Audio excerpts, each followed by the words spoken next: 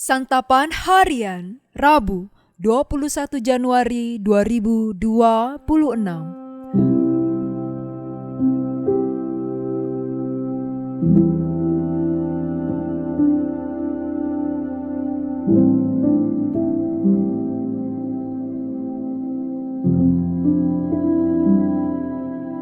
Inilah program Santapan Harian, sebuah program yang mengajak Anda menelusuri isi Alkitab, agar Anda menemukan makna firman Tuhan sesuai dengan konteksnya.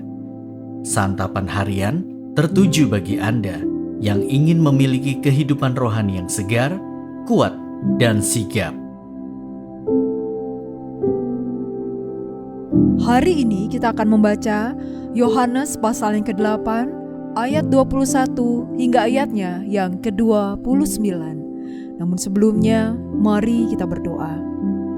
Ya Bapa, kami rindu agar di setiap waktu kami selalu menghidupi kebenaran-Mu. Tolonglah kami ya Roh Kudus. Kuduskanlah kami saat ini dalam kebenaran sabda-Mu. Di dalam Kristus Yesus, Sang Putra sumber kasih, kami memohon. Amin. Yohanes 8 ayat 21-29. Lalu Yesus berkata lagi kepada mereka, "Aku akan pergi dan kamu akan mencari aku, tetapi kamu akan mati dalam dosamu.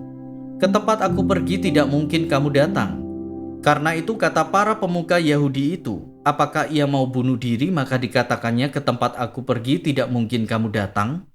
Lalu ia berkata kepada mereka, "Kamu berasal dari bawah, aku dari atas. Kamu dari dunia ini, aku bukan dari dunia ini. Karena itu tadi aku berkata kepadamu bahwa kamu akan mati dalam dosamu. Sebab jikalau kamu tidak percaya bahwa akulah Dia, kamu akan mati dalam dosamu." Lalu kata mereka kepadanya, "Siapakah engkau?" Jawab Yesus kepada mereka, "Apa yang telah kukatakan kepadamu sejak semula? Banyak yang harus kukatakan dan kuhakimi tentang kamu, tetapi Dia yang mengutus aku adalah benar, dan apa yang kudengar dari Dia, itulah yang kukatakan kepada dunia." Mereka tidak mengerti bahwa Ia berbicara kepada mereka tentang Bapa. Maka kata Yesus, "Apabila kamu telah meninggikan Anak Manusia, barulah kamu tahu bahwa akulah Dia, dan bahwa aku tidak berbuat apa-apa dari diriku sendiri, tetapi aku berbicara tentang hal-hal sebagaimana diajarkan Bapa kepadaku. Ia yang telah mengutus aku menyertai aku.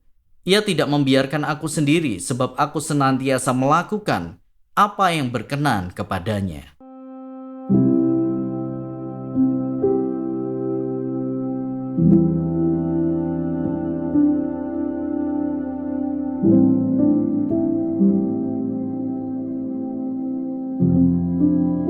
Sahabat Scripture Union Indonesia, pernahkah kita bertemu dengan orang yang tidak percaya Allah? Orang yang pikiran dan logikanya tidak mampu menerima kasih karunia Allah. Meski sudah mendengar berkali-kali, tetapi tetap tidak mengerti firman Allah. Ini sama halnya dengan pemuka Yahudi yang mendengar perkataan Yesus tentang siapa dirinya. Pernyataan Yesus mengenai tempat di mana ia akan pergi disalahpahami oleh para pemuka Yahudi.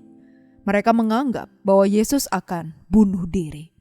Yesus menjelaskan kesalahpahaman ini dengan memberitahukan kepada mereka bahwa Yesus berasal dari surga, bukan berasal dari dunia ini.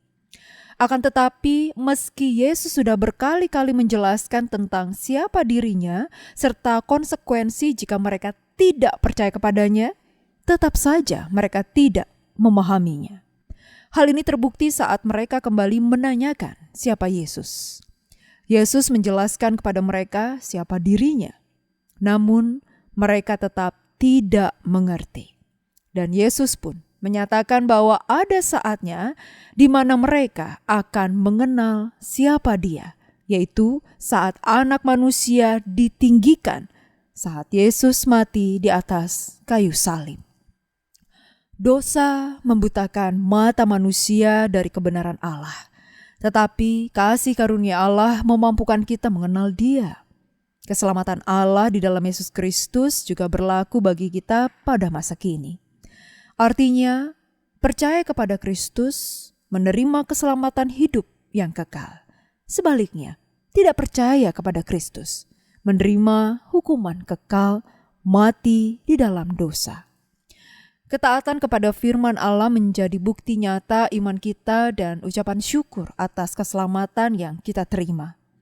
Namun, bagaimana kita menghidupi kebenaran firman Tuhan dalam setiap keadaan? Bagaimana kita tetap beriman teguh di tengah kebimbangan?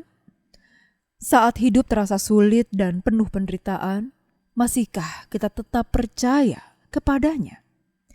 Allah ingin kita benar-benar percaya kepada Kristus. Percaya Dialah Allah, Juru Selamat kita.